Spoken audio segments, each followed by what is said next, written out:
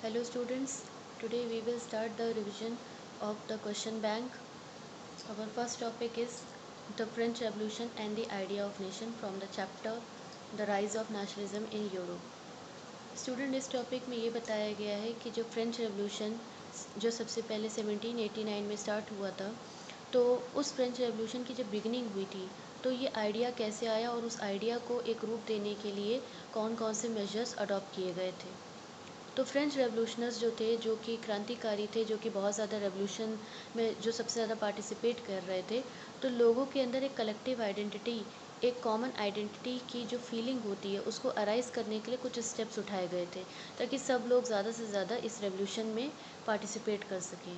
जैसे number 1, the idea of la patrie the fatherland, मतलब लोगों के अंदर ये भावना जगाना कि ला पैट्री मतलब जैसे हम कहते हैं ना मातृभूमि, वैसे ही वहाँ चलता था फादरलैंड, ये भावना जगाना।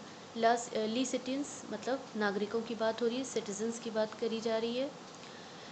The notion of United community enjoying the equal right, साथ ही साथ सबको बराबर का इक्वल राइट हर जगह इंजॉय करने का पूरा राइट है। अंडर अ कॉन्स्टिट्यूशन मतलब एक कॉन्स्टिट्यूशन, एक संविधान भी होना चाहिए। नया फ्रेंच फ्लैग बनाया गया ट्राई कलर का, और रॉयल स्टैंडर्ड का जो पहले फ्लैग चलता था उसको हटाया गया। फिर स्टेट जनरल को इलेक्ट किया गया, was elected by the body of active citizen, मतलब जो एक्टिव सिटीजन्स होते थे उन्होंने स्टेट जनरल्स को इलेक्ट किया। बाद में इसको रीनेम करके नेशनल असेंबली बनाया गया। नए नए तरीके के हाइम्स, ओथ लिए जा रहे थे, गाने गाए जा रहे थे नेशन के नाम पर। एक सेंट्रल एडमिनिस्ट्रेटिव सिस्टम भी बनाया गया था ताकि हर तरीके की चीज़ों को ठीक से चलाया जा सके। यूनिफॉर्म लॉ, सामान्य रूप से यूनिफॉर्म सारे नियम बनाए गए थे सारे सिटीजन्स के लिए, सारे नागरिकों के लिए।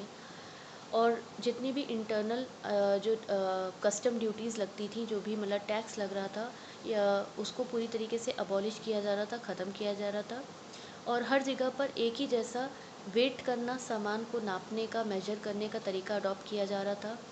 रीजनल डायलेक्ट मतलब जो जितनी अलग अलग तरीके की लैंग्वेजेस चल रही थी उनको क्या किया गया था, डिस्करेज किया जा रहा था। और उसके बेस पर क्या किया गया कि एक कॉमन लैंग्वेज, फ्रेंच लैंग्वेज को ज़्यादा इम्पोर्टेंस दी गई थी।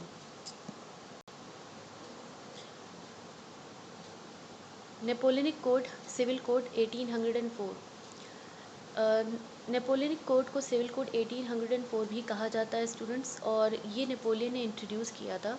उन्होंने कुछ ऐसे स्टेप्स लिए थे, कुछ इनकॉर्पोरेट किए थे, रेवोल्यूशनरी प्रिंसिपल वो लाए थे ताकि हर चीज़ बहुत ही अच्छे से, होल सिस्टम जितना भी है बहुत ही राशनल और बहुत ही एफिशिएंट तरीके से चलाया जा सके।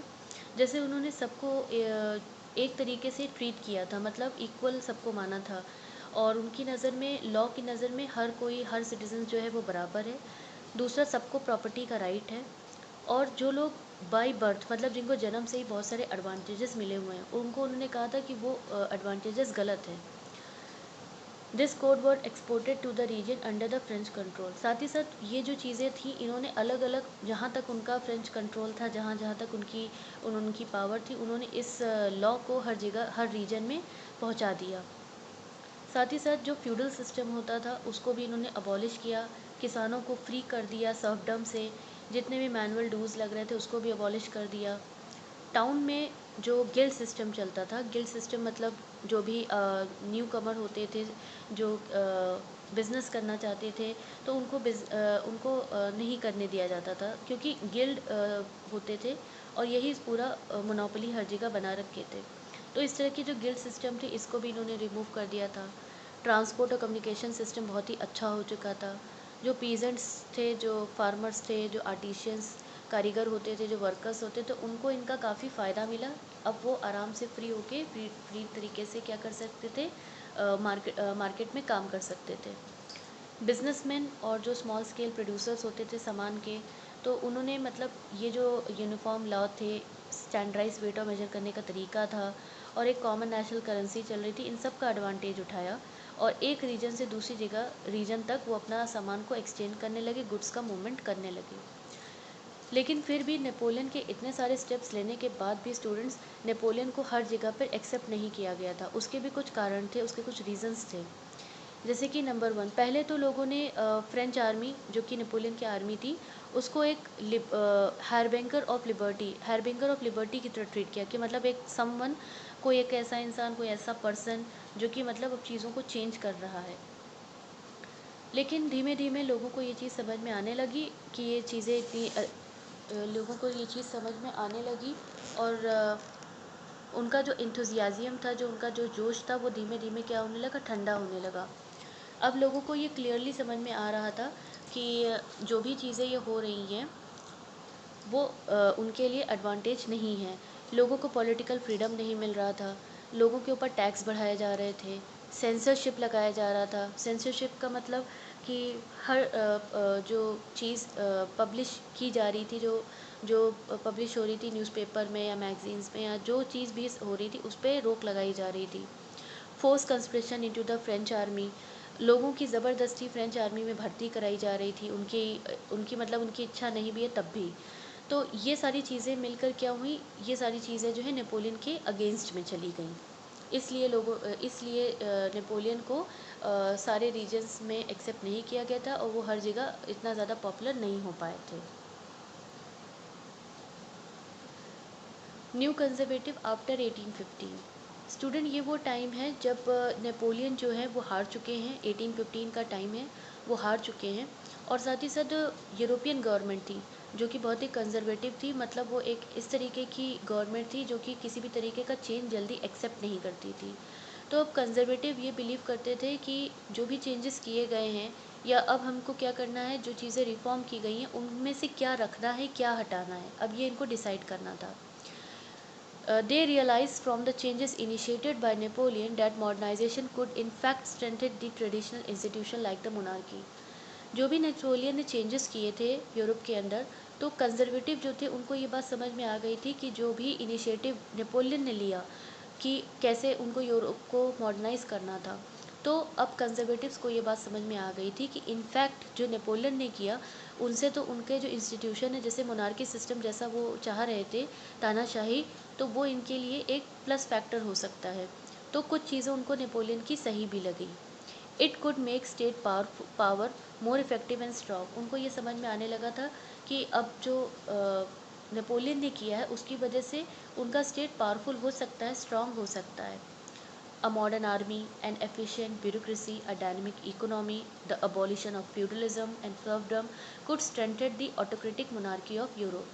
उन्हें ये समझ में आने लगा था कि ये जो यूरोप के मोनार्क थे जो तानाशाही चलाने में बिलीव करते थे, तो उन्हें ये समझ में आया कि अगर मॉडर्न आर्मी होगी और एक डायनेमिक इकोनॉमी होगी, अच्छी अर्थव्यवस्था होगी, फ्यूडल सिस्टम को अगर हम ख़त्म कर देते हैं, सर्वडम को ख़त्म कर सकते हैं, तो ये सारी चीज़ें जो हैं हमारा ये जो ऑटोक्रेटिक तानाशाही रूल चल रहा है इसको स्ट्रेंथ कर देगी।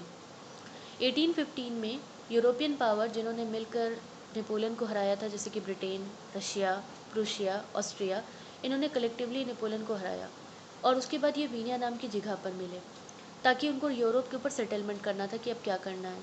अब इस जो ये जो यहाँ पे मीटिंग हुई थी, इसके जो चांसलर थे, जो होस्ट करने वाले थे, वो कौन थे, वो थे ऑस्ट्रियन चांसलर ड्यूक मेटरनिच। अब एक डेलीगेट जो है वो आपका ट्रीटी ऑफ वीनिया ड्रॉ करता है 1815 में, with an object of undoing most of the changes. मतलब उन्होंने डिसाइड किया कि ज़्यादातर चेंजेस नहीं बदले जाएंगे जो कि यूरोप में नेपोलियन के दौरान किए गए थे। जो मेजर चेंजेस कुछ किए गए वो क्या थे, बर्बन डायनेस्टी जो कि पहले मतलब हटा दी गई थी उसको रिस्टोर कर लिया गया था। फ्रांस की बाउंड्री पे नंबर ऑफ स्टेट्स को सेटअप कर दिया गया था ताकि फ्रांस को ज़्यादा एक्सपैंड ना किया जा सके फ्यूचर में। Then kingdom of Netherland which included Belgium, Netherland जिसमें कि बेल्जियम जुड़ा हुआ था, वह setup in the north of Genoa, उसको नॉर्थ में सेटअप किया गया। And Genoa was added to the Piedmont in the south, और साथ ही साथ पिडमॉन्ट में जेन्युआ को जोड़ा गया। प्रूशिया को कुछ नई टेरिटरीज दी गई। ऑस्ट्रिया को नॉर्दर्न इटली का, while the Austria was given the control of the northern Italy, तो ऑस्ट्रिया को नॉर्दर्न इटली का जो पार्ट है वो कंट्रोल करने को मिला। नेपोलियन के द्वारा जो 39 स्टेट्स जर्मन कन्फेडरेशन जो बनाए गए थे उसको उन्होंने लेफ्ट अनटच कर दिया, मतलब उस पर कोई चेंजेस नहीं किए गए। रशिया में कुछ पार्ट पोलैंड का जोड़ा गया। Prussia was given a portion of Saxonia, Prussia को कुछ पार्ट सेक्सोनिया का दिया गया। तो मेन इंटेंशन ये सब काम करने का क्या था कि मोनार्क सिस्टम जो था, जो तानाशाही चली आ रही थी, उसको हमें रिस्टोर करना है, जो कि कहीं ना कहीं नेपोलियन ने निकाल दिया था। And create a new conservative order in Europe, और यूरोप में एक नए तरीके का कंजर्वेटिव ऑर्डर हम वहाँ पर उनको लाना था। तो इस तरीके से 1850 में कंजर्वेटिव रिजाइम जो थे पूरी तरीके से, जो ऑटोक्रेटिक थे, मतलब किसी की ना सुनने वाले, वो सेटअप हो गए। So that's for today to students. अब इस पार्ट के एक्सप्लेनेशन की मदद से आपको क्या करना है, जो आपके क्वेश्चन बैंक में क्वेश्चंस हैं उनको सॉल्व करना है। Thank you.